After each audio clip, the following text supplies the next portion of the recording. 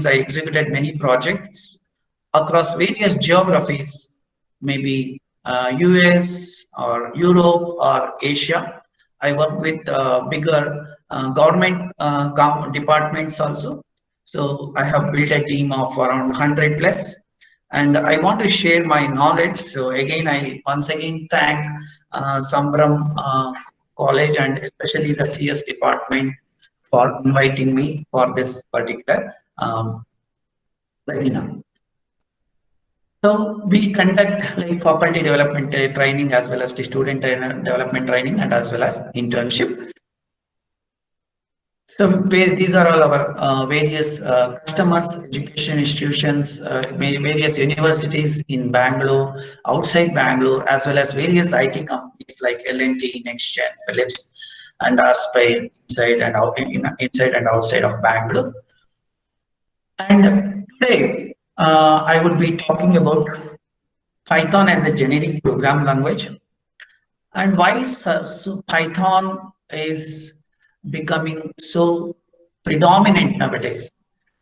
What is making Python a lot of demand for Python, and at the same time lot of applications that is built on Python. When I say Python, it is not just the Python, but the various libraries of Python that I would be talking about. And also maybe a bit of hands-on if time is permitted. And then also I will touch upon briefly about the introduction to artificial intelligence. So that is where most of the applications of the Python comes to existence. So to start with, Python, you know, like is a programming language, right? So it is a programming language and it is a high-level programming language, and we call it as high-level dynamic object-oriented programming language. So you must have already used many programming languages. You would have started with C, right? Someone would have done Java, C++. Like this, Python is also one of the programming language. And it is a high-level programming language, and also it is used in as a scripting language as well as it is used in an object-oriented programming language. So you would have used Java or C++ as an object-oriented programming language. So what is that and all we will discuss in detail later. So why Python? Python, compared to other programming languages, it is easy to program and read. If you, I suppose you are already into Python, so you would have seen the difference of writing a program in Python and other programming languages. So in Python, if you want to write suppose some 5 or 10 lines of code in other programming language, you would be using maybe 2 or 3 lines of code in Python. And another thing is easy to read because of the indentation. You know, like there is a concept of indentation in Python. Because of that, even though you cannot start the program from anywhere and end anywhere, you have to follow those rules. So that is, from that perspective, the programs will look good. And it is similar to something called as Perl, which is having a powerful typing and object-oriented features. And when we say Python, other than the basic data structures, we have advanced data structures or data types like lists and dictionaries. So very important when you are learning Python or any programming language for that matter is to understand the data structures, very important, as well as to understand the object-oriented programming. So because when you get into the industry, these are the things which we will be really using. And other than that, when we write any program in Python, you know, like the extension is .py. Other than that, there are some other powerful extensions .pyc, .pyd, and .pyo. So .pyo is like which can optimize your code. .pyd is for the Windows DLL. And then pyc when we compile any modules, when we basically insert any modules into a program, that module gets compiled into pyc. And very important thing Python is, it is very good for text processing the text, which may be in the form of a file, or the text may be in the form of in a HTML or from some logs. So that is where the Python comes into picture. And when we say Python, when we download Python and when we start using the Python, there are different flavors of Python. The Python which we will be using, usually when you download the Python, that Python we call it as C Python. So there are different implementations of the Python. The one which usually we download and we use is C Python. So because it is written in C. Other than that, there are different fast implementations of Python where we are using a just-in-time compilers. There is something called PyPy. So usually when we want to run Python program compared to just running it on C Python, if we run it on PyPy, it would be much faster. Also, there are other implementations of Python which runs on the .NET. There is something called Iron Python. There is JPython, which is nothing but a Java Python running on the Java virtual machine. Also, there is another version of the Python which is called as MicroPython. So which is usually used on microcontrollers. So when it comes to embedded programming, over all these days, we were using C programming or C++ programming. Now we can even use Python for embedded programming. That is a different implementation of Python or different libraries for Python, which is called as the MicroPython. And when it comes to Python, there are a lot of what you can call it as Python distributions. The one distribution which usually we will be using is called as the Anaconda Python.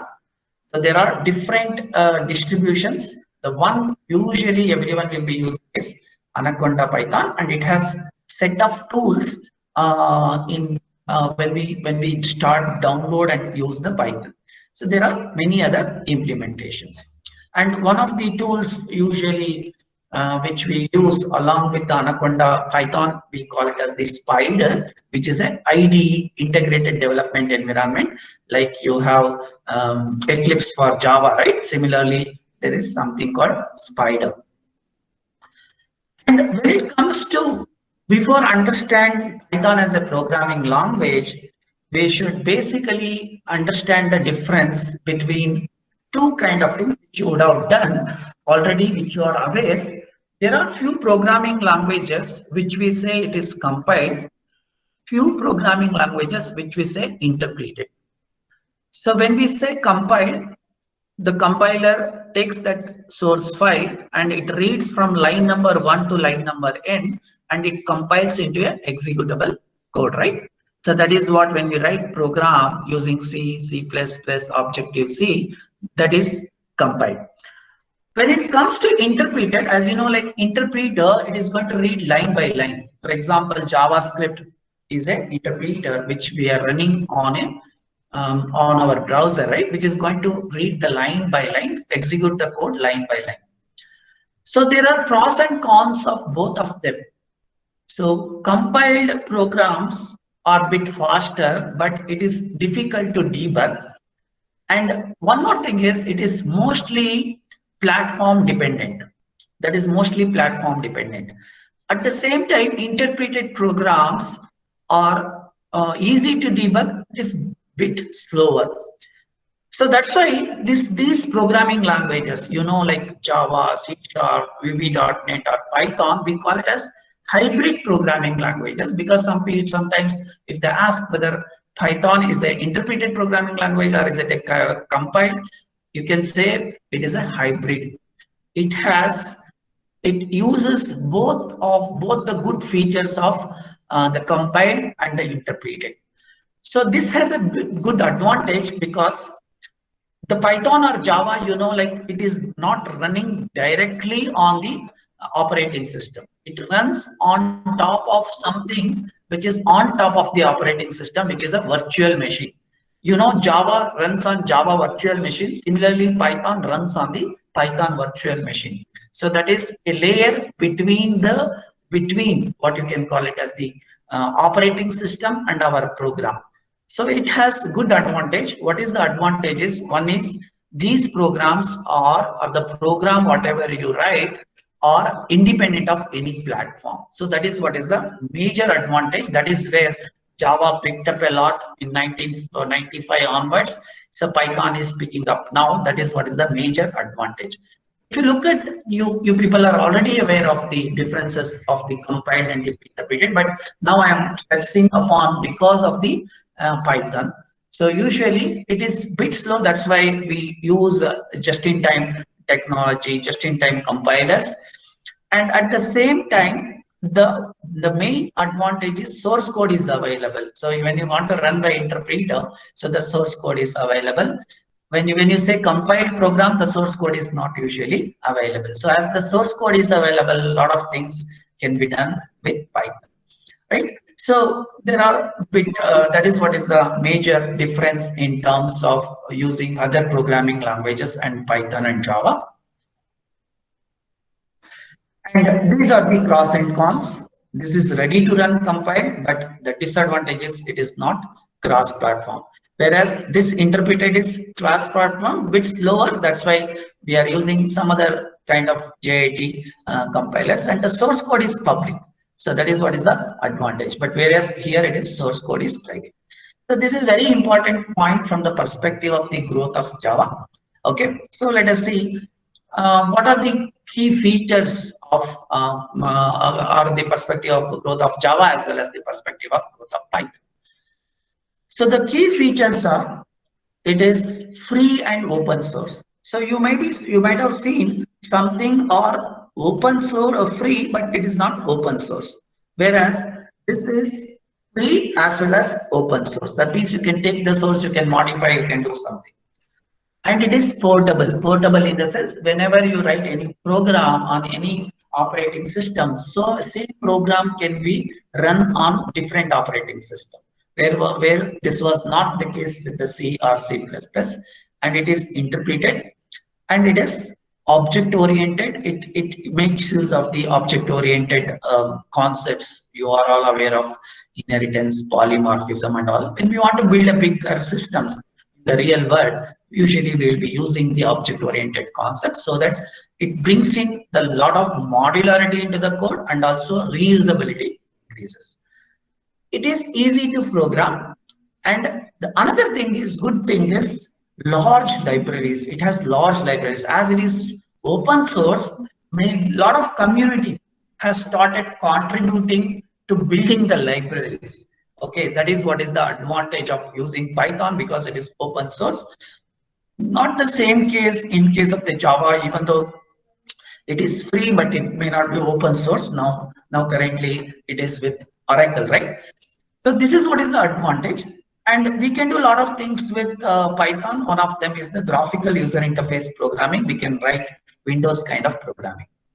And now coming to which are the few companies which uses Python or which is already has some of the software which is developed using Python. One of them, the products like YouTube, Quora, Instagram, Pinterest, Spotify, Flipkart, Slack, Uber, Cloudera, Zenefits. There are a lot of such products or the companies which are already using Python. So that is the why Python part of the Python. To look at any top programming languages, so you can go to the net and you can search. You can see which are all the top programming languages. So when you say top programming languages, so Python comes. You go and search, and you see in any survey, at least Python will be there, at least in top 3. Okay, so when they say top 3 or anything, how basically they do? One is the number of source code available in the GitHub. Second is the number of maybe the top companies adopting to Python. Second one is Stack Overflow. You people know about the Stack Overflow, right? So how many questions being asked, questions being answered in the Stack Overflow. So they are going to use many criteria to see where these programming languages stand. As far as this is concerned, in some of the survey, sometimes it is top 1, top 2, or top 3, but at least consistently it is there in top 5. So very important. Along with Python, also JavaScript is picking up very well. because nowadays JavaScript and there is some similarity between JavaScript and Python. Both can be used as the scripting programming language also. Okay, so along with the traditional programming languages, these languages started picking up like anything. So that is where you can see that ranks up in the top programming languages. So other than that, you people may be aware the Python is being used nowadays. People are talking about artificial intelligence, machine learning, data sciences, and all those things. So there are three major languages which are there when it comes to data science. What is data science and all, I will tell you in a while.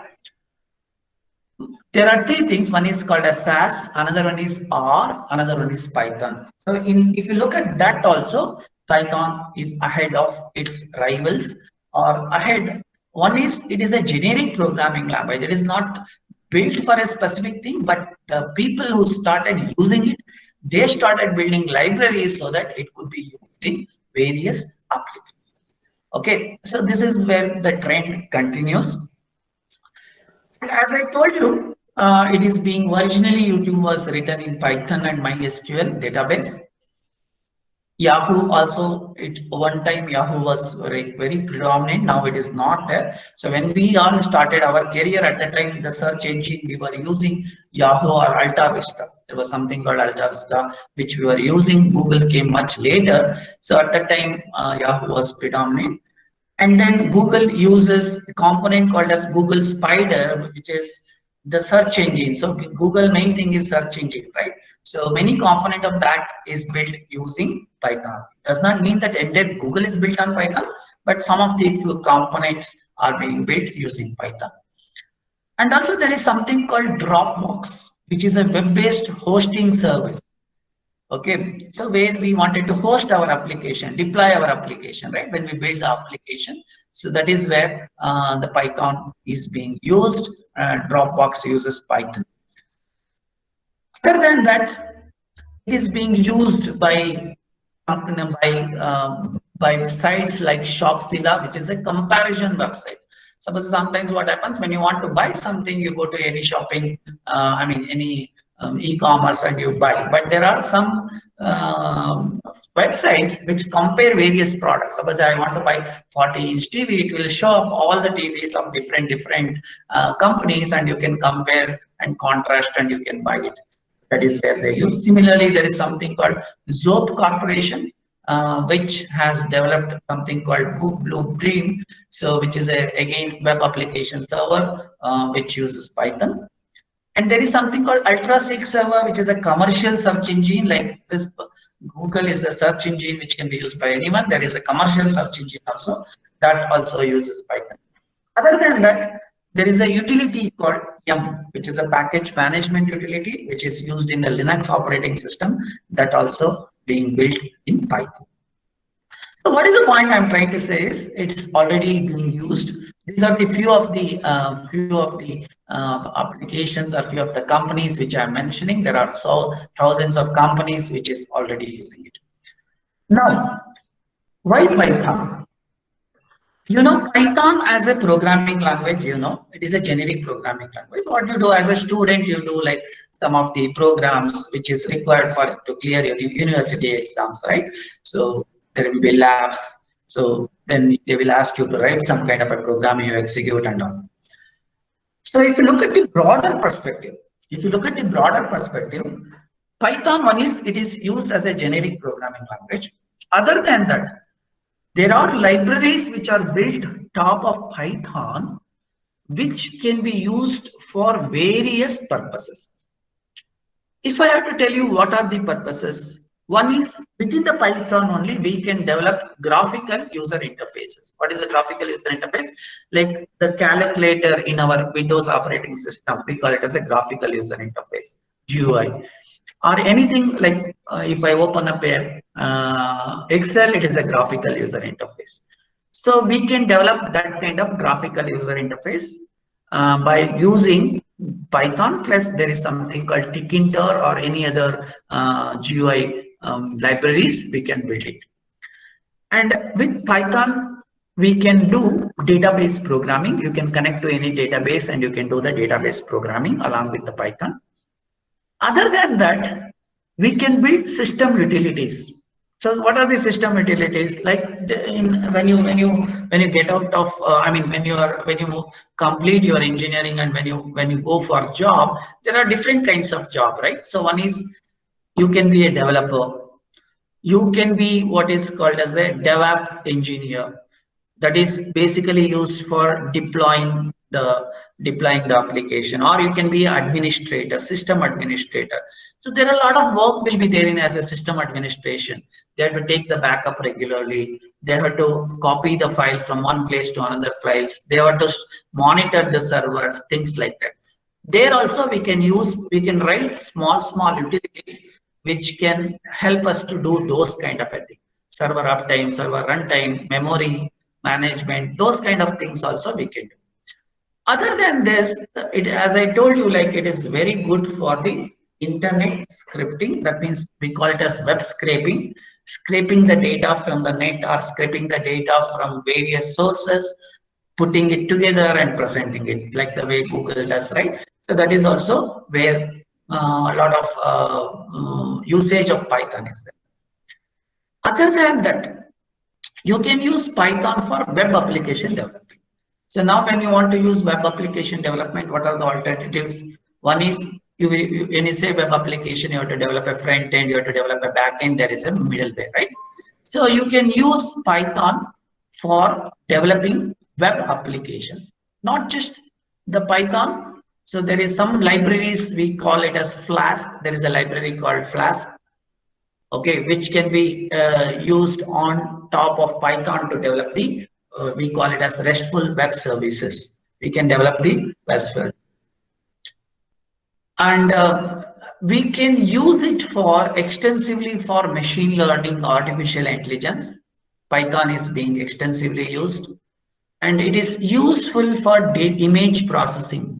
So which image processing is very important activity in any healthcare, or maybe for surveillance. Image processing is very important activity, right? So that is where we can use Python. So by just learning Python, you cannot be doing this. I'm telling Python and the libraries built on top of Python. So overall, Python application. And it could be used for data sciences where I want to predict something, right? I want to predict the price of a stock. I want to predict the trend of Corona, how it is going on, and things like that. Or it could be used, you can see already applications of these things in our regular Gmail. Suppose if you open up a Gmail and there are some of the mails goes as a spam, right? Some of the mails goes as a spam. So how it will go as a spam? Again, those are the few of the applications of machine learning. Other than that, you open up a Gmail, you start typing something. Now you can see, if you have observed, it only gives the sentence or the statement. Again, those are the few of the applications of artificial intelligence or machine learning. Other than that, as I told you, this can be used in a microprocessor, microcontrollers, like embedded programming. When we want to do embedded programming, we can use MicroPython, which is a small sized library, drill down versions of the Python, which could be used. Other than this, Python can be used as what is called as the test automation. There are when you look at the application development life cycle, so testing plays very important role or very crucial role of any application development. So nowadays we can use Python to automate the testing. Okay, so there are various things you can do. That's why very important for youngsters like you, budding engineers like you, learn Python. So by learning Python and then learning the libraries built on top of Python, what we can do is you can diversify yourself. So I have not seen any particular programming language. Maybe Java was also like that.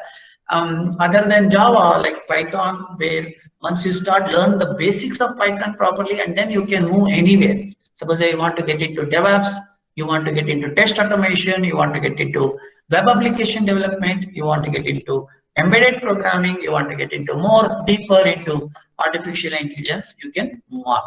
So that is what the major usage of the Python.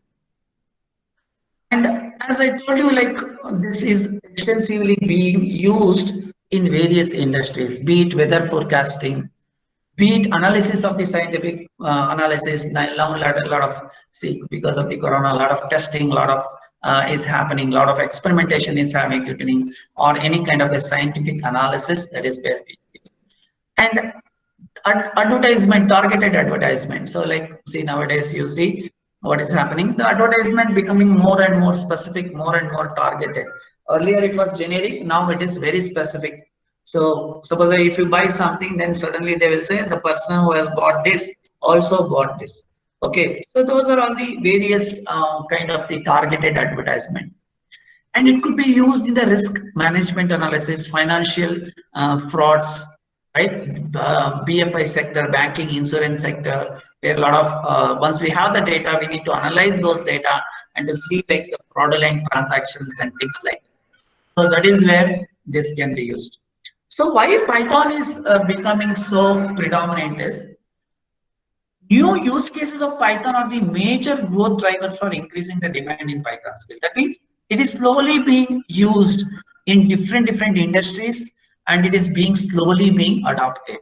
So that is what we call it as a use case. We use a terminology called as use case. That is nothing but a particular application we build, or part of the application we build, which uses Python.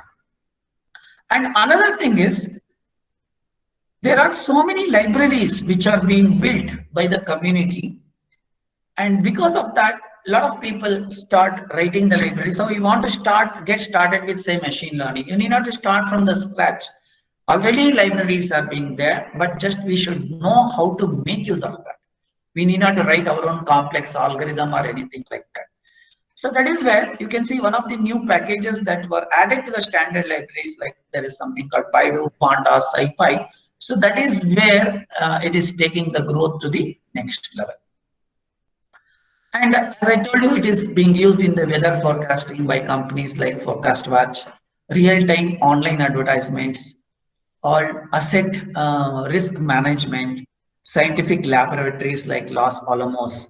So lot of large-scale projects, large-scale experiments are being conducted using Python. A lot of simulations. It can play a lot of role in types of simulation, data analysis, and visualization. Visualization is pictorially representing something. When we do some experiments, we want to represent it pictorially.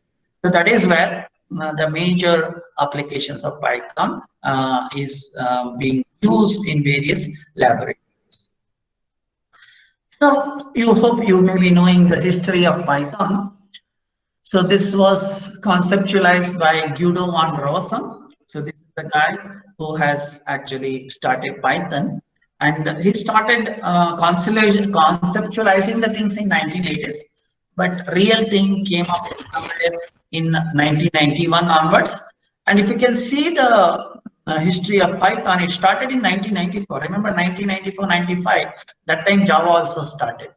But it was not so predominant. Java was not so, I mean, Java was, because it was platform dependent, it picked up like anything at that time, but still Python was in a nascent state.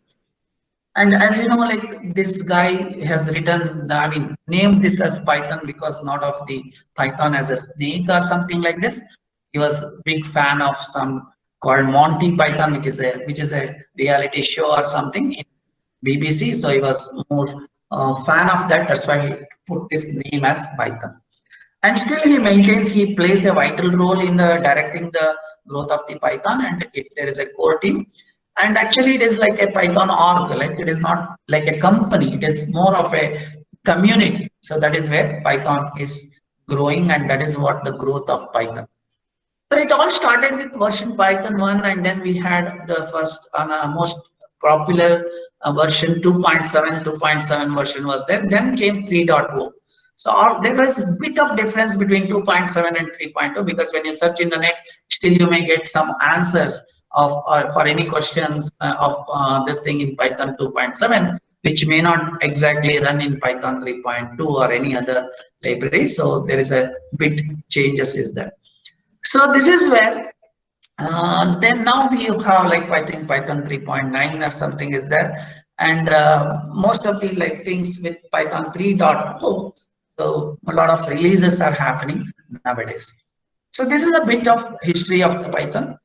Now, coming to the pros and cons of Python, why Python, and the main thing is advantages. As I told you, it is portable, it is free and open source, highly readable, and it helps in improving the productivity in the sense when you want to write, instead of writing 10 lines of code, if you write 1 line of code or 2 line of code, obviously it improves the productivity. So you can extensible, that means you can embed other, you can extend with other programming languages like C and all.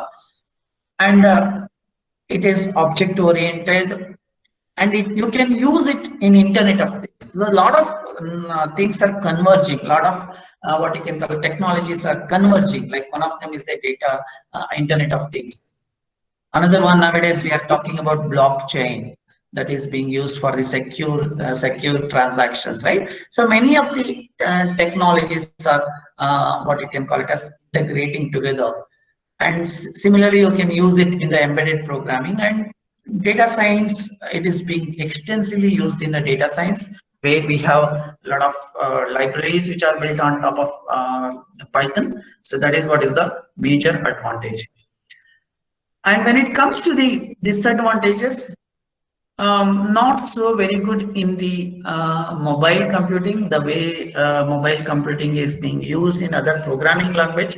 So not so good, and not very good in terms of the speed, but still they are trying to develop the what you can just-in-time technology, JIT compilers like PyPy and all.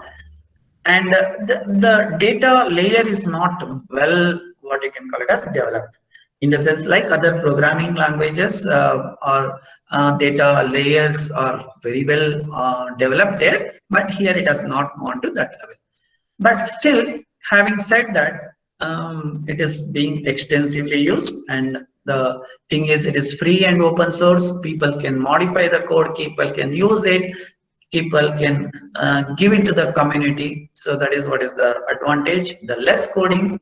And then Python is being used in all kind of operating system, and it could be used in various things like building web apps, platform data analysis, or machine learning, automating the things. There are many things we want to automate.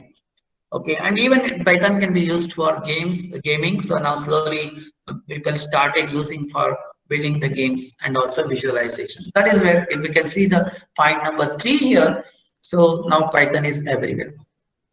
So now, because of these features, as a budding engineer, it would be good, like you will be flying high like this guy, if you look at and if you try to understand most of the basic concepts of Python as a programming language. So very important for you to first start understanding and learning Python. So once you do so, then you can get into other aspects. Like if you want to get into web development, you have to learn something addition to Python, right? If you want to get into embedded programming, you want to learn something addition to Python, like that data science. But the foundation is the Python. Okay, so that is for the first part of the introduction to Python. So just let me pause for some time and let me just get a quick reaction from you people. You can only do it in the chat window. Hope so far going good. Is it good? Just you can put it in the chat window. How is the session so far?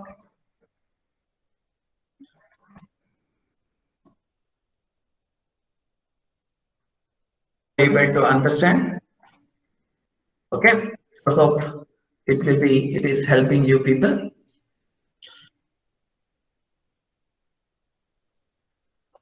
Let me just pause and have a cup of water.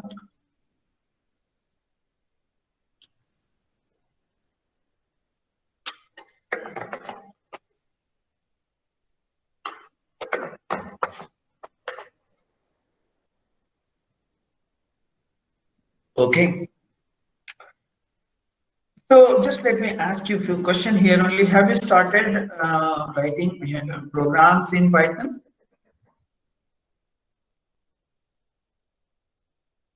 No, you have not yet written program.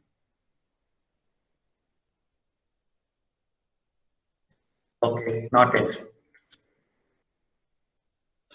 Okay. So what I will do is just to tell you like how simple Python is. Let me just starting. Yeah, few of you have not done, few of you have not did. Okay.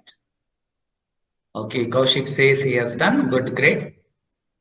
So just let me just do a bit of hands-on in terms of hands-on from my side, not from your side, but just to tell you the flavor of Python.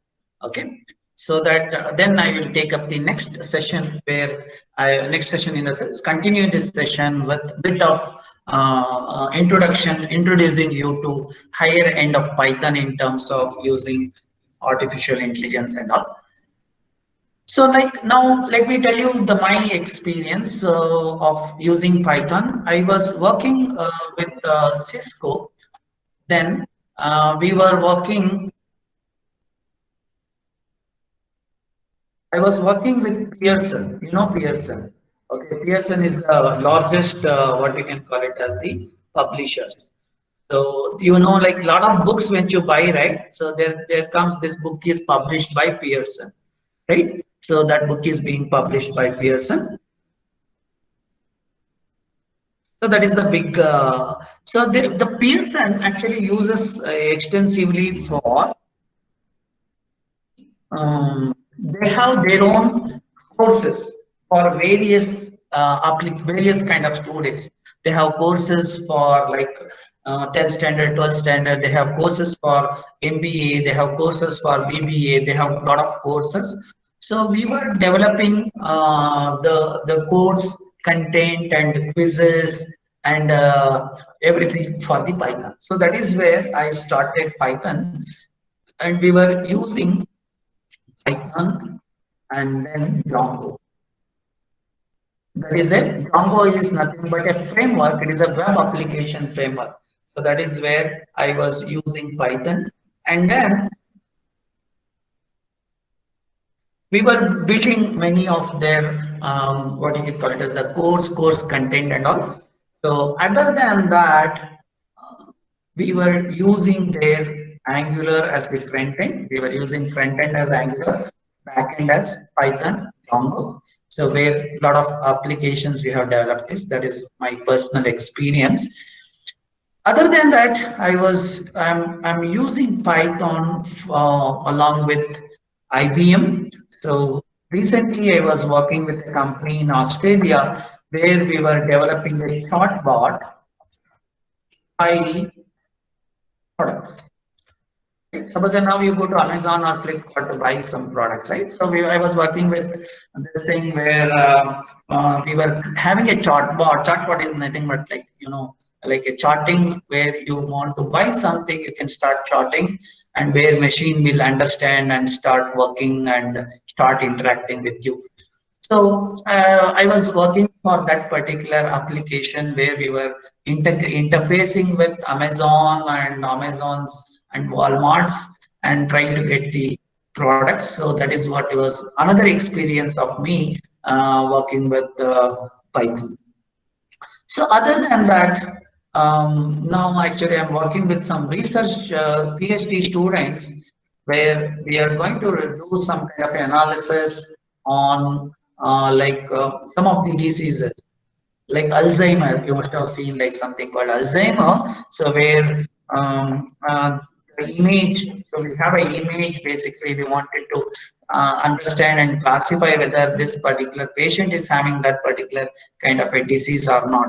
So that is where I'm working with image processing with some of the PhD students. And other than that, I was working with blockchain. So there was one more researcher, so where we were working with the blockchain, and that is to securely do some kind of a transaction. So that is where I was using Python. So that is what my experience, other than building various applications, built web applications. So I'm personally developing my own education platform, so where I'm using Python. So Python for the backend, front end I'm using. So when it comes to real world applications, so when you say the important thing for budding engineers like you, one is Python can be used as a backend programming, where we can write the backend programming logic, right? Backend programming, you can use it, and you can use it like web development.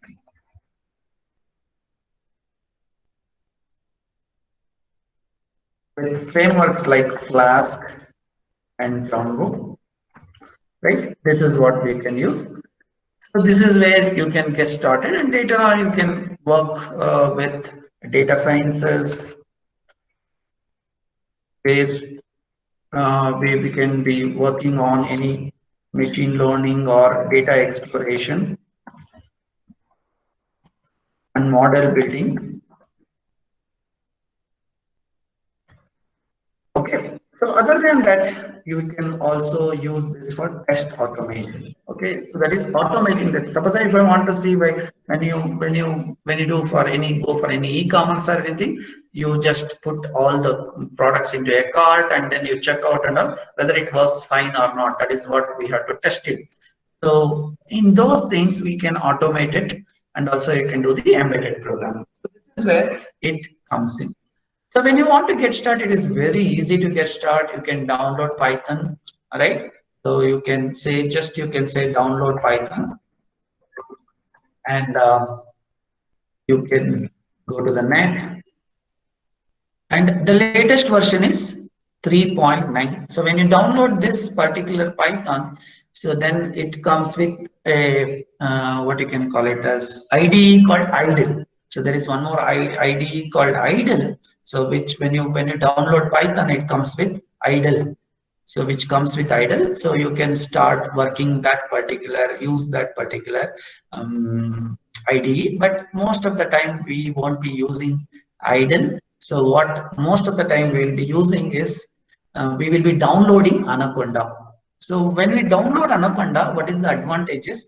It comes with so many libraries built into it, which can be used for machine learning. Okay, so that is what is the advantage when we download Anaconda.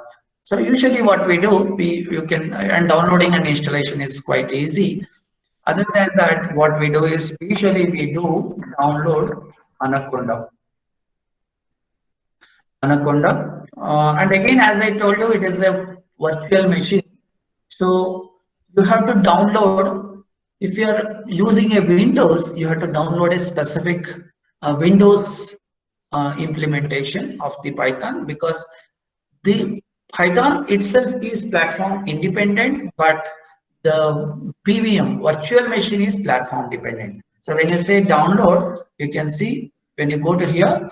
So like Java, you have a different download. So if you are downloading for Windows, it is different, 64-bit or 32-bit. Based on that, you can download. Or if it is a Mac, or if it is any flavor of the Linux, so it is different. So it would be different. You have to download differently. So advantage of downloading this and you can install. Once you install, it has set of tools. When you download Anaconda and when you install, it has set of tools. One of them is the Spider. Spider is a IDE, integrated development environment. So where you can start writing the code.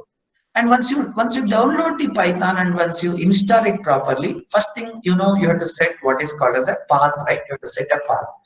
The path is nothing but where it will look for the executable, so that you can run the program from anywhere.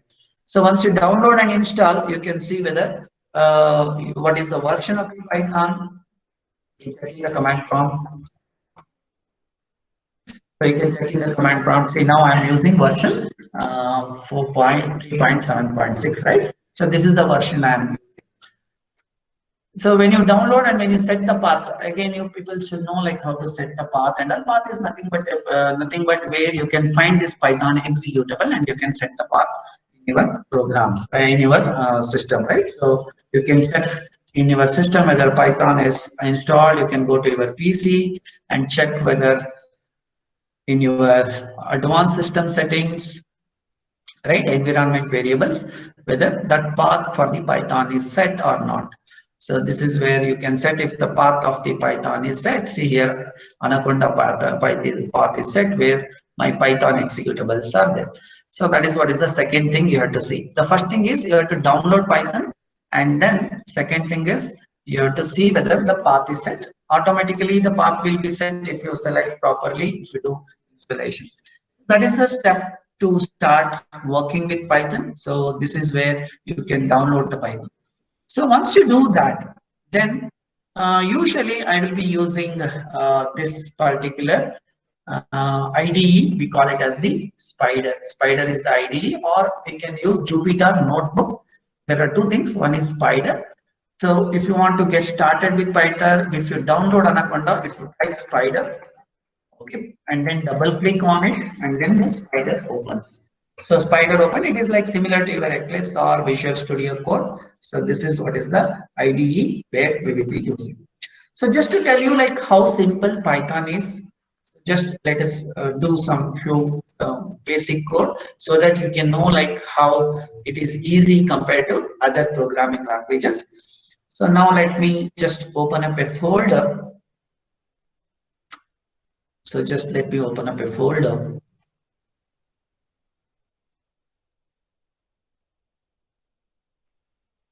So I'm opening this folder. This is where I want to do the programming.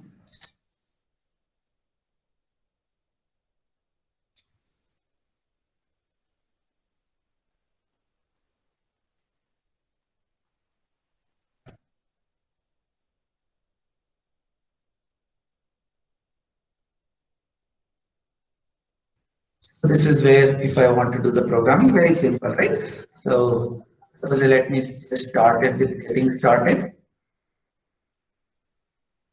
The file save as.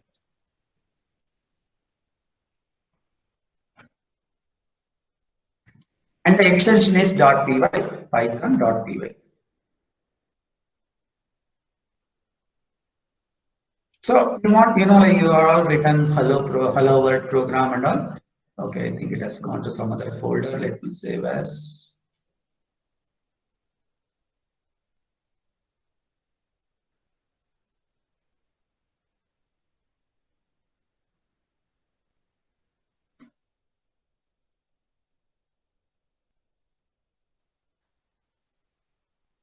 So the extension should be .py, or you can select Python, right? And then you can see on the right hand side. So if I want to just type hello world, like let's say print.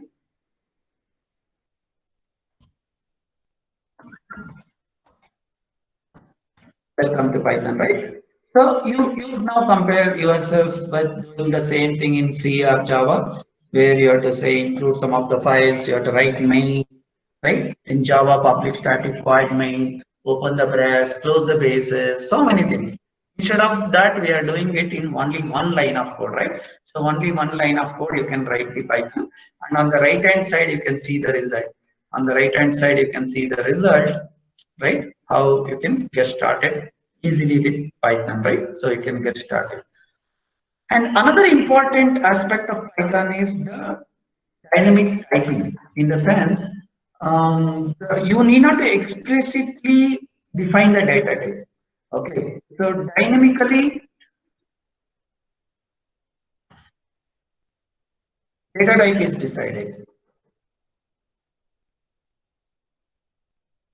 Meaning, suppose if I want to print some number or if I want to define some variable, then in Python, how I will say, like I will say, so let us say webinar is equal to, I say Python. That's it. So where webinar is variable, right? Variable.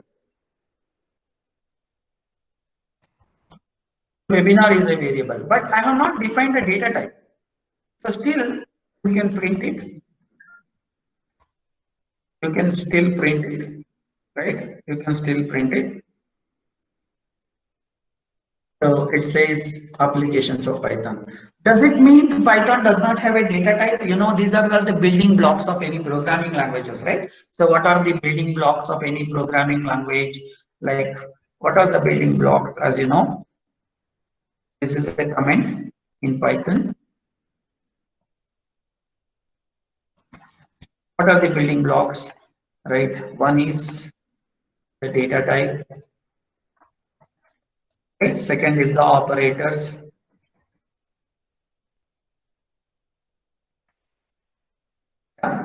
Third is like your loops and conditions, conditional statements. These are all the building blocks, right? And then comes the data structures or here in data types, here we call it as data structures. And then comes the object-oriented programming. Then database programming.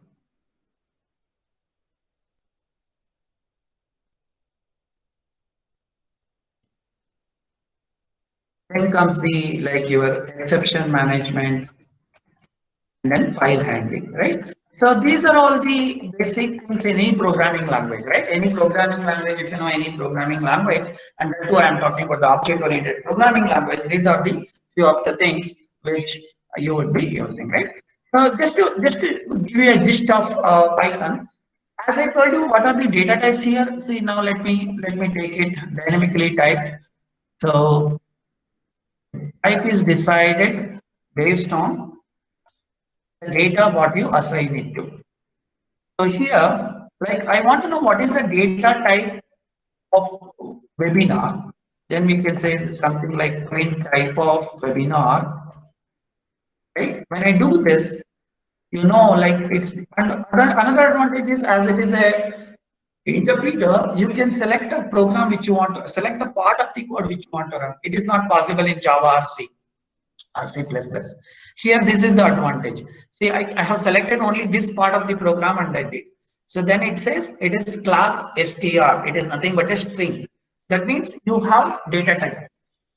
So, but you need not to explicitly define the data type, right? That is what we do in Java. We say string webinar, right, is equal to applications of this thing. That is what we do in Java. But here you need not to do.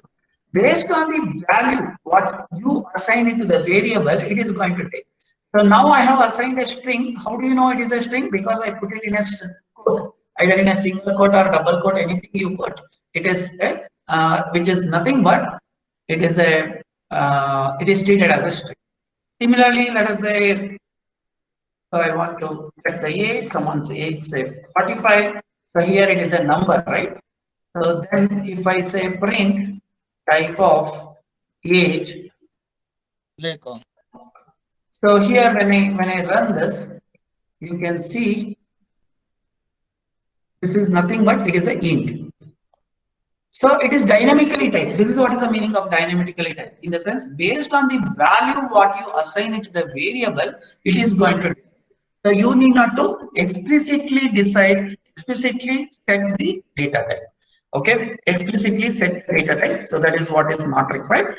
So we have basic data types. Like what are the data types we have? Like we have string, and then int, and then you have float and bool. Boolean is for bool. So these are the basic data type. And another important thing when you learn any programming language is to learn the data structures. So we have other advanced level data types, which we call it as list, dictionary, and then tuple, and then set. Okay, these are the other advanced data types you can see. These are the advanced data types. So these are the basic data types. So as a budding engineer, very important for you to understand the data structures and data type. Very important because when you really write the real programming, this is where you are going to use. You would have seen like array, right? Array would have seen. That is array is the one which you use. But that array is usually static in nature in the sense you have to define the size of the array when you start writing the program, right? But Here we have something called list, which is a dynamic array. So where you need not to define the size of the array, you can keep on adding things to the array and it will grow. That is what is a list. And another thing is like list, it can take heterogeneous data. When you use a array in C or C++ or in Java, where you have to take a similar kind of data elements. In the sense, when you define an array of integer, it should be only integer. When you define an array of float, it should be only a float. But here it is not so. You can put anything. So when you say you are learning Python, so very important to understand the various functions and uses of these things like list, dictionary, tuple, and all. So what if you want to define like a list, it's like an array in other programming language. That is why I want to put a list of fruit. So this is how you can put the list of fruit.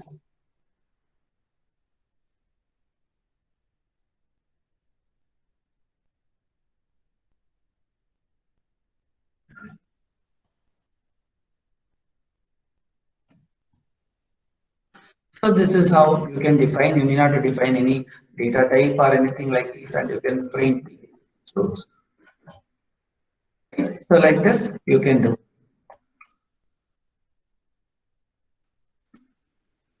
So if you want to know what is the data type of it, then again you can use something like print type of fruit.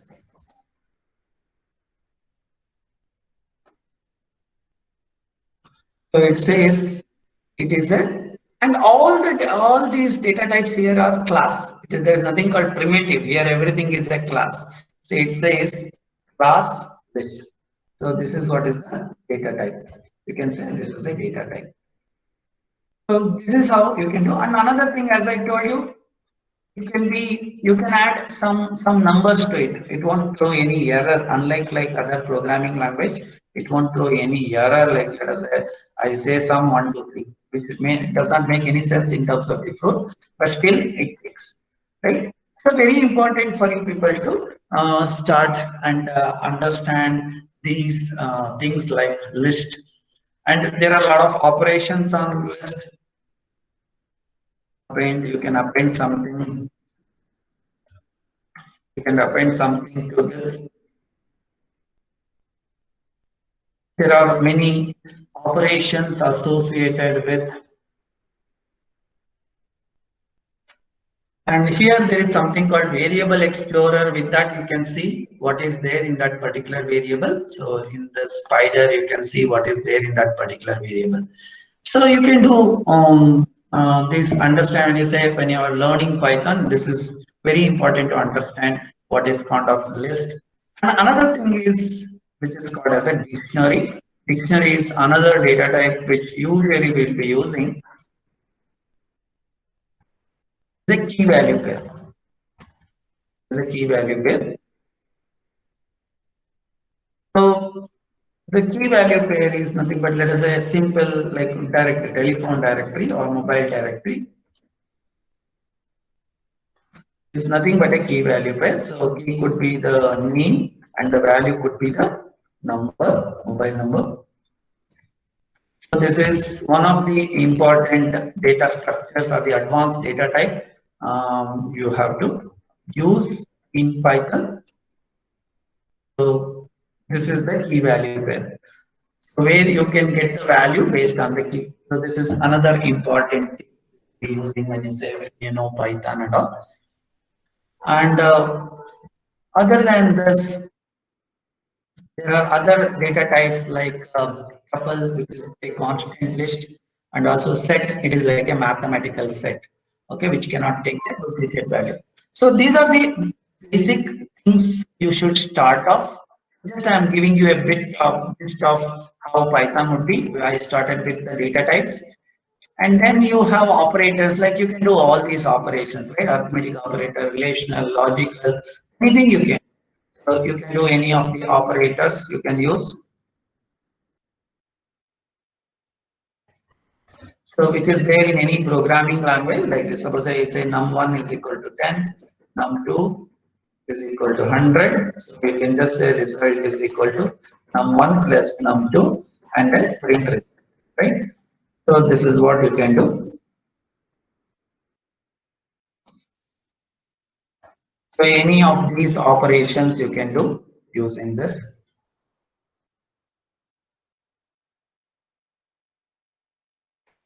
So this is how you can do use any operators. You can do all these arithmetic operator, relational operator, and or okay, all these things you can use, like suppose say num1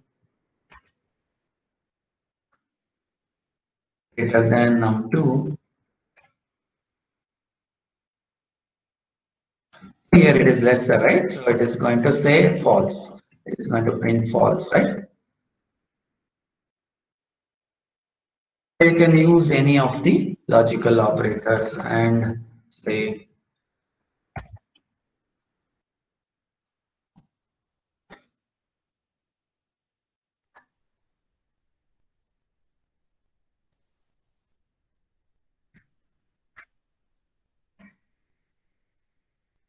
all these things. It is going to say num3 is not defined. I have not run the num3.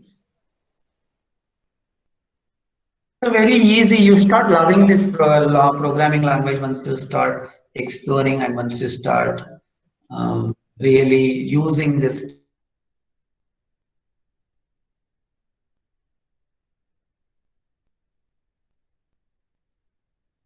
That way you can use. Then you want to use the loops and all, like very easy. Like for if I want to print suppose say some 1 to 100 for, so say I can say I in range 100, 1 comma 100. Okay, so this is where very important thing is the indentation. So here very important is indentation at the end, or you have to put a colon. Otherwise, it is going to throw the error. So this is the concept of indentation. Because of the indentation, as I told you, the programming looks good. Because after this colon, there should be a space. There should be a space. It is going to print the numbers. So from 1 to 99, this is what it is going to print. So easy. Like you can use this for printing, or I want to print say 2's table or 4, 5 table up to 50, and then you can give this. So it will print. Like there are the one important thing is the indentation. So and same thing is applicable like if you are using if and all. Suppose if I define a variable called age is equal to 100, say 19, 18 or 17. You can say if age is greater than or equal to 18. Again indentation colon. So you can say print you are eligible to vote.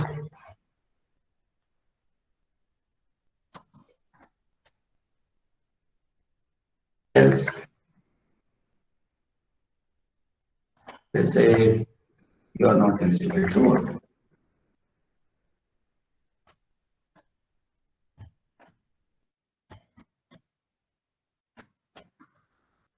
Right? So this is what we do.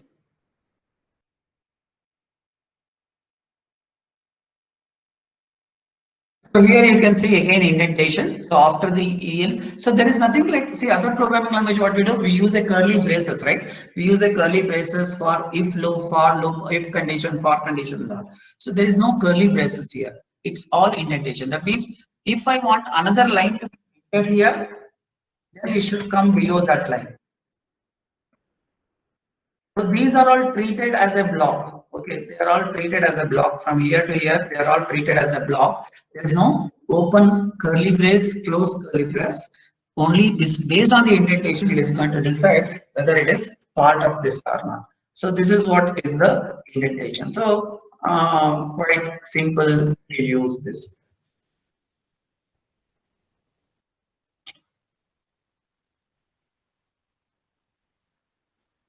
Another thing is you can get easily the user inputs. Right, if you want to get the input from the user, simple, like you have printf, scanf, or in Java, right, you are using, right? Here there is something called input. So you can say enter your name and then define a variable and then print it.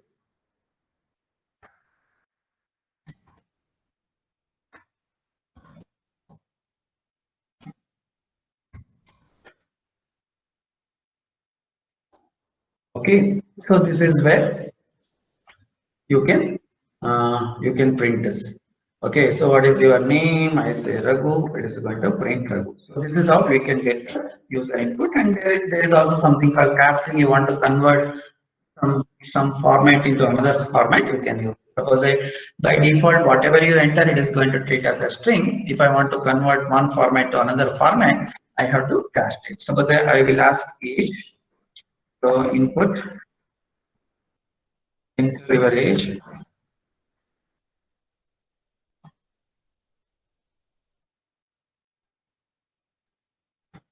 Right? By default, it is going to treat this as a string. I have to put something in front of this. This is called casting. This converts this into a int.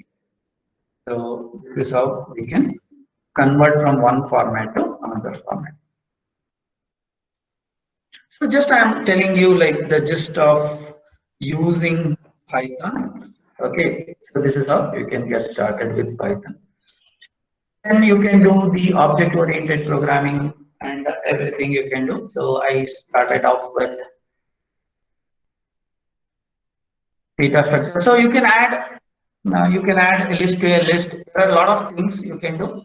You can add to a list. You can add anything. It is like a big garbage box. You can add anything to it. It is going to tell you.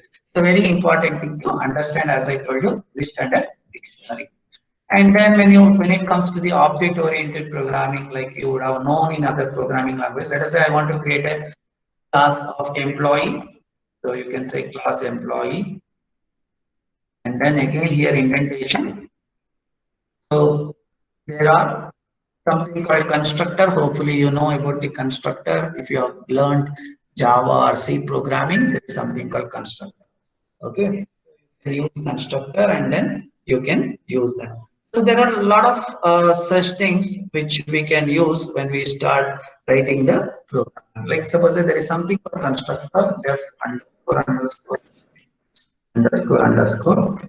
We call it as a constructor, where we will pass some parameter. Let us say when I say employee, I have code, a name, designation, and then department and designation. Salary. Okay. So this is how we will be using, and the way other programming language you have this. Here we have something called self.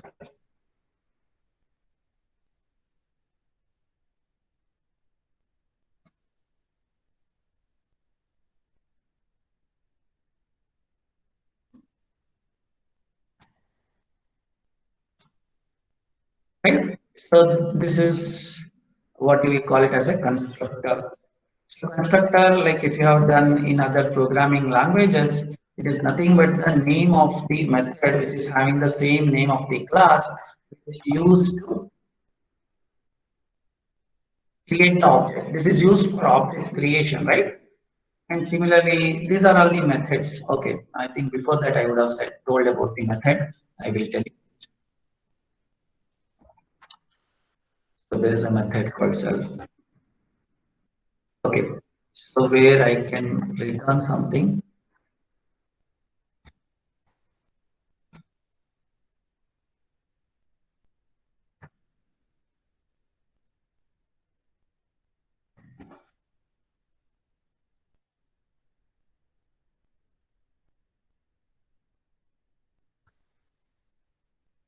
Like this.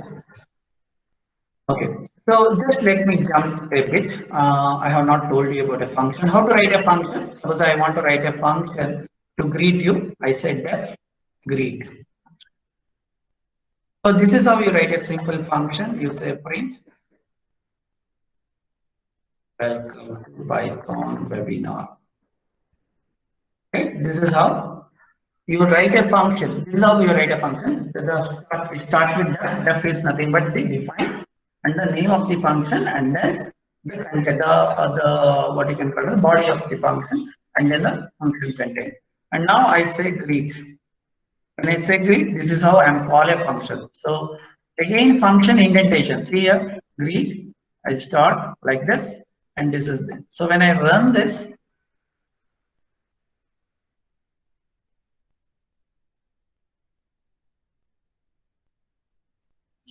see when I run this, so this is what we can do.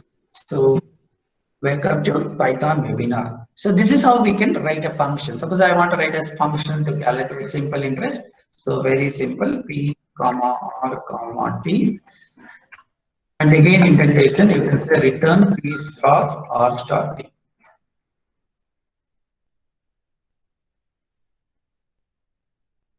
Right? So in order to call a function, I can say SI. If I give 1,000 rupees in a bank at a rate of 6 and for 1 year, so this is what I'm going to get. It's so easy, right?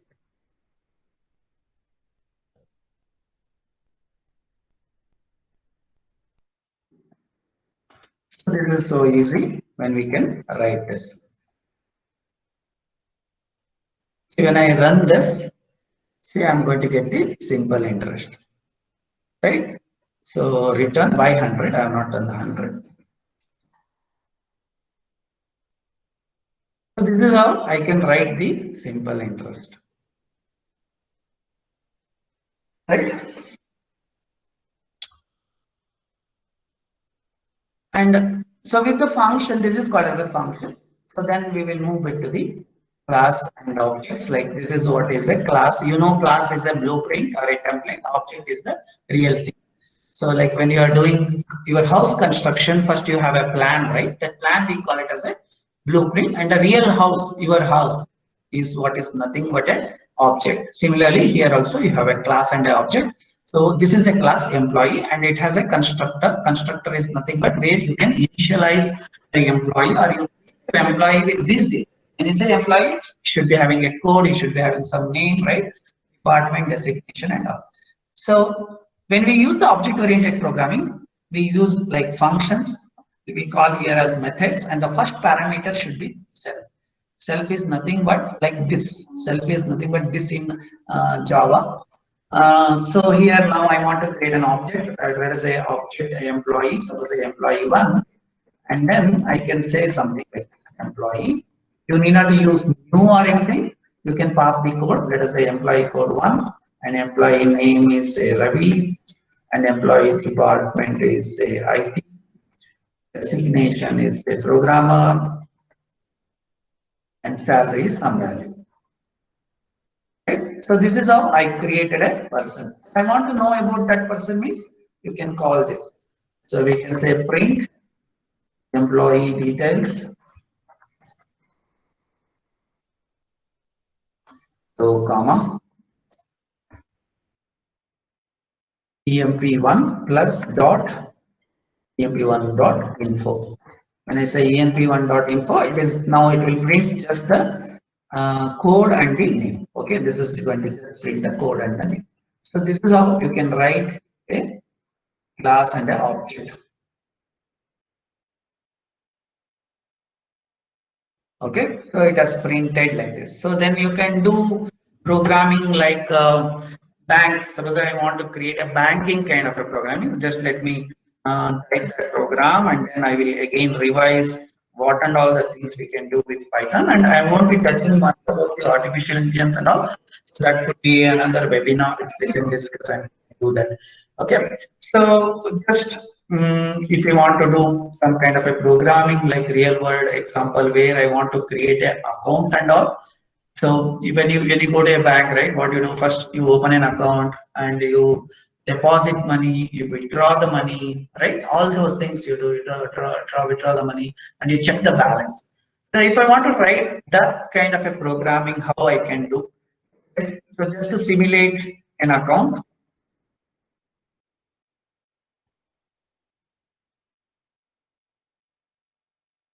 in a bank. So let us get started.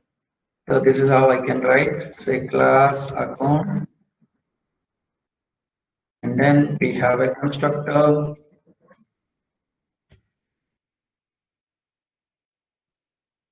Account number, okay, name of the person, and then let us say his mobile. Yeah, let us keep that, and then probably city. Then we will say self dot a city number is equal to a city number. So now I am converting this into a class variable or an instance variable. It is similar to this. So whenever I say self, so here self means the object which is calling this. Here in this case self means employee one. So when I say employee one dot info, here self represents particular instance employee one. So similarly here you can these are the local variables, right? These are the local variables, as you know. So if I want to convert them into an instance variable, then you have to attach self to it. Self dot name is equal to name. Self dot mobile is equal to mobile. Self dot city is equal to city. And let us say, let us start with the zero balance account. Self dot balance is equal to zero. Right? I can start with a zero balance account. Now let us say I want to do some kind of a deposit or withdraw. Then I can say def deposit self. So when I want to do the deposit, what I have to do? I should have the account number and then how much amount money I'm putting, right? So once you do that, what happens to your balance? Your balance gets incremented, right? So you can just say self dot balance is equal to self dot balance plus amount. So this is what exactly happens when you deposit money in the bank, right? Your balance gets incremented. Similarly, when you withdraw, your balance gets decremented.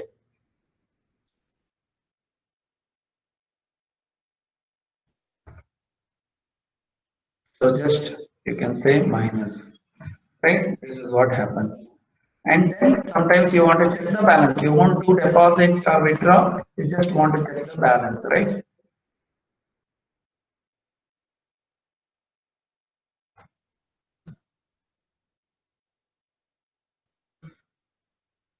So this is what you do. This is how a program will look like. This is how a program will look, right? Simulate the account. Now, this is a class. So this has what? This has attributes. What are the attributes here? See, when you say object-oriented programming, right? What you do? You have the attributes and the properties, attributes and the functionality, right? So what are these attributes? These are the few attributes, right? So these are the attributes. So what are these attributes? Like here, the attributes are account number, name, mobile, and city. So what are the behavior or the functionality? Here we have a functionality. One is the constructor. This is a special method. It should be named like this only. And then you have deposit, you have withdraw, and you have check balance. So when you say object-oriented programming, what you do? You basically work with the data and the functionality, right? That is what you do. Then you do all these things, right? You create an instance. You can create any number of instance of a class, and you can inherit, right? You can override, overload. There are so many things are there. So all those things are possible with Python. So let me do one thing. So let me just create an instance of this.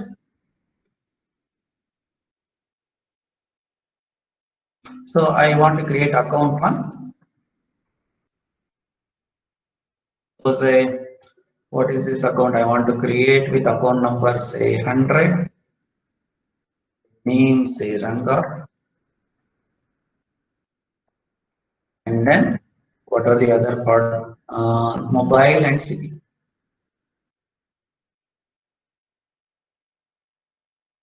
And then city. So now this creates an account. Now you can start deposit withdraw and all. Say I will say deposit. I want to deposit with my account number, right? So what is my account number? Say 100. How much I want to deposit? Let us say 10,000. I want to deposit. Then what it is going to give? It is going to give you the balance, right? So now I have to return this actually. I have to return dot balance. I have to return this balance. So then here also I have to return this. A function can return a value, right? You know, so you can return a value. So here it is calculating the balance and it is returning the value. And this is when I do like this. So now what it is doing when it is returning, it is going to give me a balance. Then I can print the balance.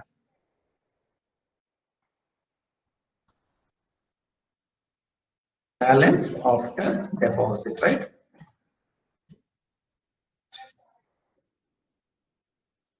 Right. This is what you can get. So this is how you can start writing programs in Python. So simple. So like in 30 minutes or so, I just gone through the basics of Python. So this is where you have deposited. Now you can withdraw the money, right? You can withdraw. So I want to withdraw, say 5,000 rupees or 4,000.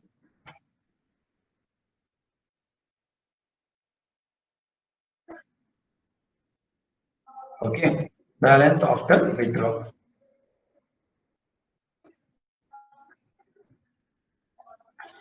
Right, this is how you can withdraw.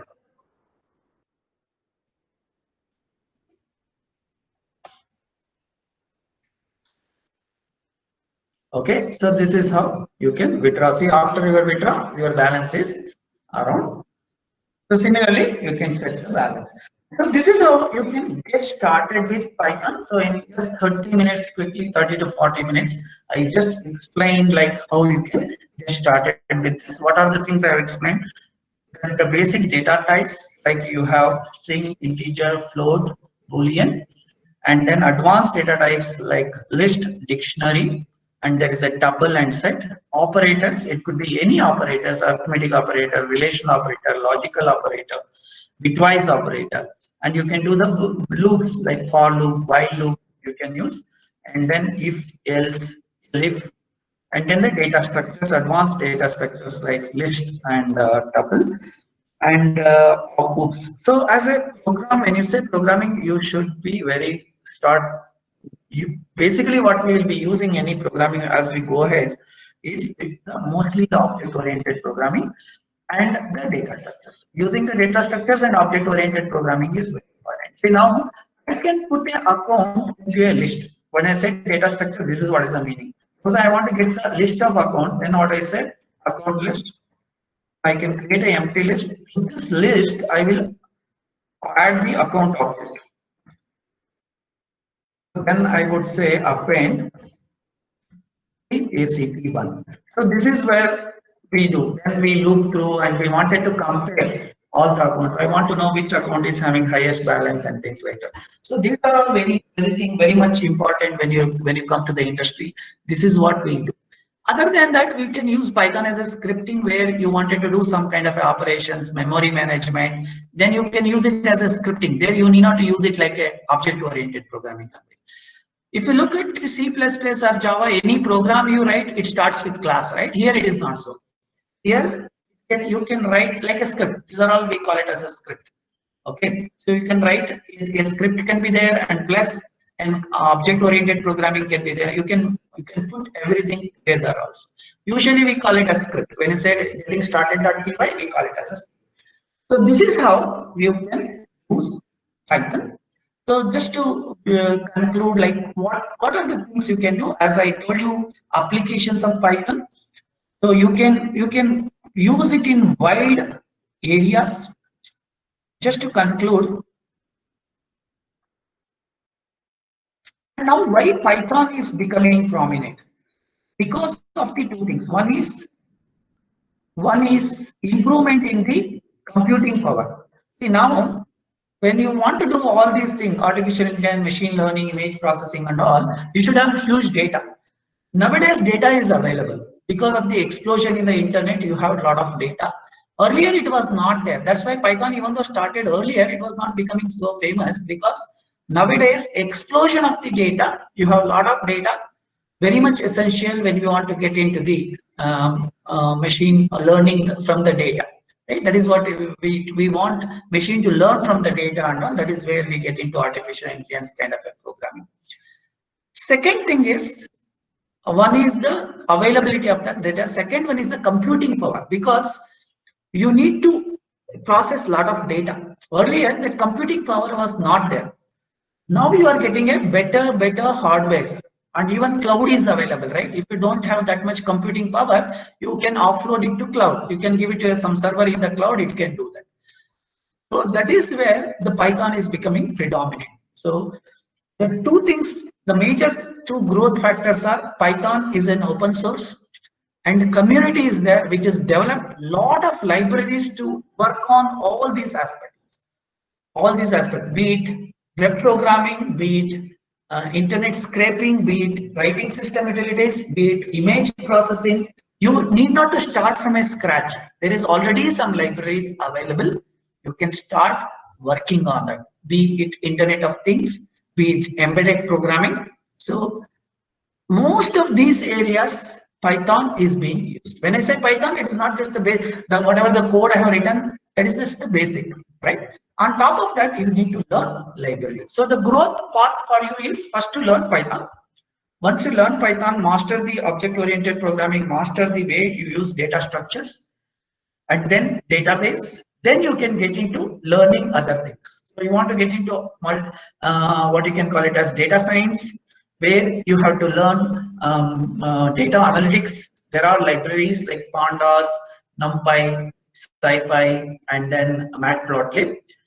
So that is where you can get into, and you can get into deep artificial neural networks or something like this. That is where you want to learn something called deep learning. So that is the final advanced things of deep learning, where that could be used for self-driving cars. And also nowadays people are talking about self-driving cars, right? That is the final, one of the project where artificial intelligence can be used. So there are a lot of libraries available which you want to. So just to tell you, there are plenty of opportunities for young budding engineers like you to learn Python. It is very easy to get started. And once you start learning this program, you love this program, I will tell you, my friends. And then it could be used in various ways. And coming to projects, what kind of projects you can take up? You can develop some kind of a chatbots. Nowadays, like you have chatbots, right? Self-answering machines, like chatbots. You can do that kind of a thing.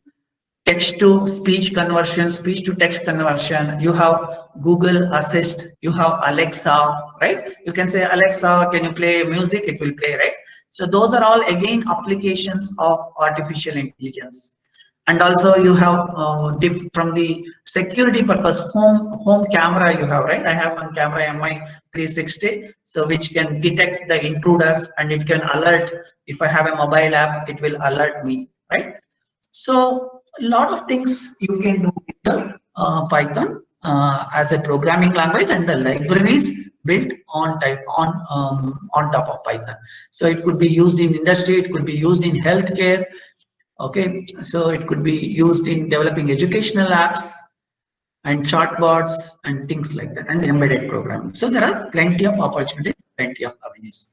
So with that, let me conclude my session. This is the first webinar in terms of making you understand the importance of Python and also put the industry perspective. So this is how we can install Anaconda and all. So this is how I started with this, where I started writing the program, and then I told you something. So with that, I thank you people, and we will be sharing. I requested Madam to share the feedback for the today's session. Okay, so we will be sharing that, and also I have a YouTube channel. So Meedle will be circulating that. In this, all these webinars, I keep on doing webinars to various colleges and all. So you can subscribe to my YouTube channel to get to know more about this. So this particular interaction is like, I want to interact with budding engineers like you, tell you the importance of these newer end technologies. Okay, so this is my channel. I think I request Madam to share this also, where you can.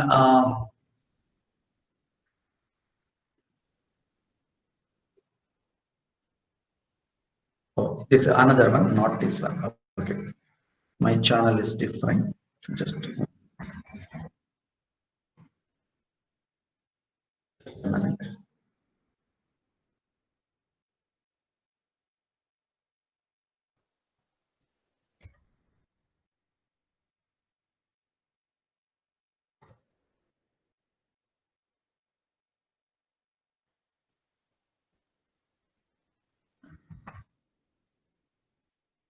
Okay.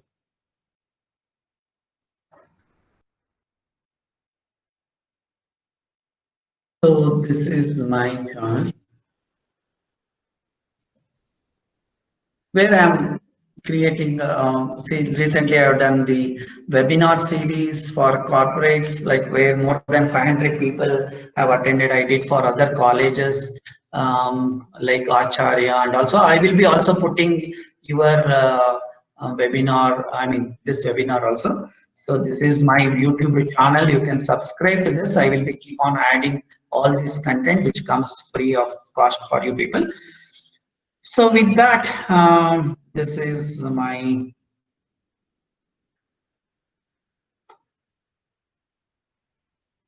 okay.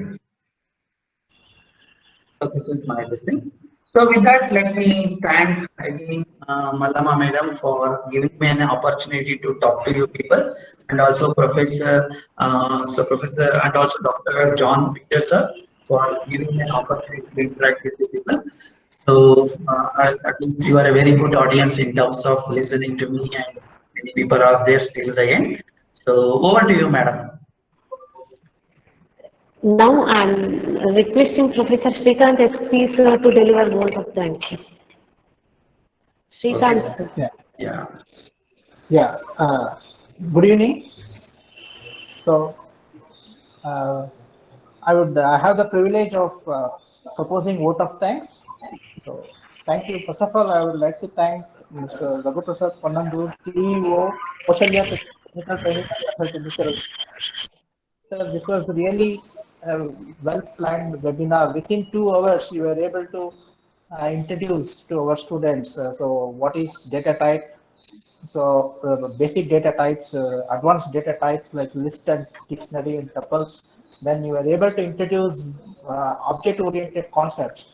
So starting from what is class and how to simulate an account, uh, then how what is method and what is so some most of the object-oriented concepts, and also like our students got benefited in terms of the applications like image processing, IoT, the versatility of Python was understood, and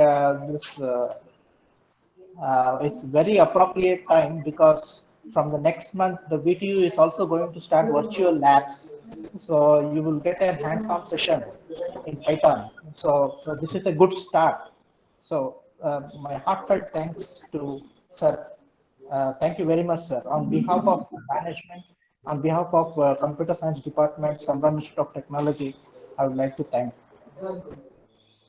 Uh, I would also like to thank the management for providing the support. I would like to thank Dr. John Peter, sir, for providing the support. I would like to thank Professor Mallama Madam. She's the backbone of this program. So this program magnitude of with such magnitude, it would have not happened. Ma'am planned from last semester itself, so it was very apt and useful. Once again, thank you, Raghu sir. Thank you very much. So if you have any questions, you can put it on the chat window. And I think Ashutosh asked, is Python used in AR? I'm not sure about that AR. I have not come across. Anyways, I will check back on that. Anyone else has anything, you can put it in the chat window.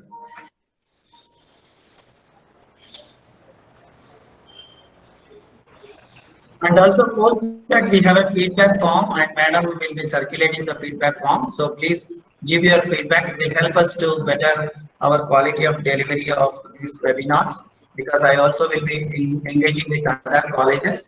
And so just my aim is to spread the knowledge, whatever I have gained, and with the facilities, with the department facilitating us, we can do it quite often, and we can do much more things. We can conduct workshops and things like that.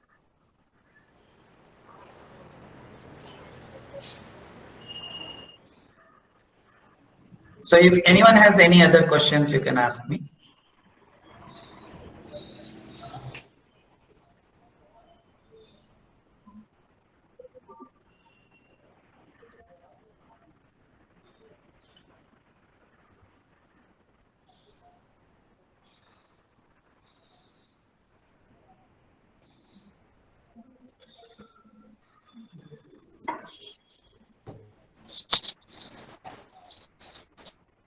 So Ashutosh is asking, can we can we manage the PHP program with Python in order to use a terminal? In order to use a terminal in what sense, Ashutosh? Like you can use Python with other technologies like some front end and back end. So even PHP is like a back end programming. You can work with two programming languages. Like there are options to convert, create web services. You can build web services on top of Python. Okay, so on type of Python, you can build the web services and you can interact. So any programming languages could be interfaced with each other by using the web services. Again, there are something like RESTful web service, and where basically the information exchange happens usually nowadays in the form of JSON. You can actually, your front end could be something, your back end should be something. So the one example I was telling was like we were using Angular for the front end, and then we were using Python as the back end. And also like nowadays with very good what you can call it as very good front-end technologies being built, so we can definitely interface with any other programming language. Hope I addressed your question. If any student is willing to ask the queries, you can raise. It could be related to anything. May not be related to academics, okay? Could be related to industry perspective. The sir is having not many years of experience in IT. You can clarify your doubts with the sir.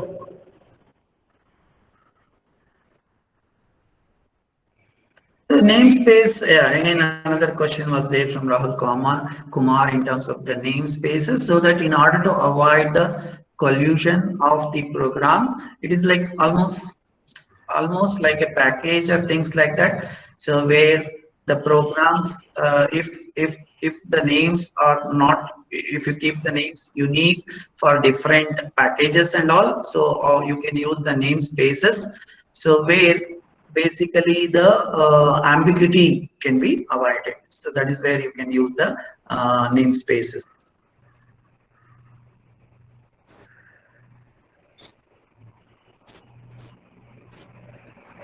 Yeah.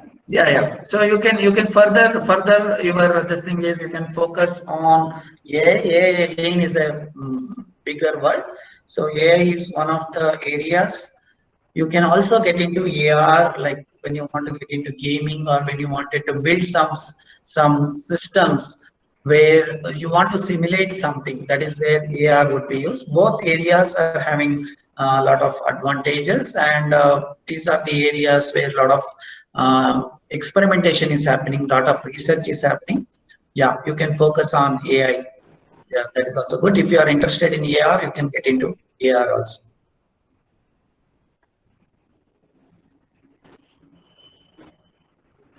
So any other question?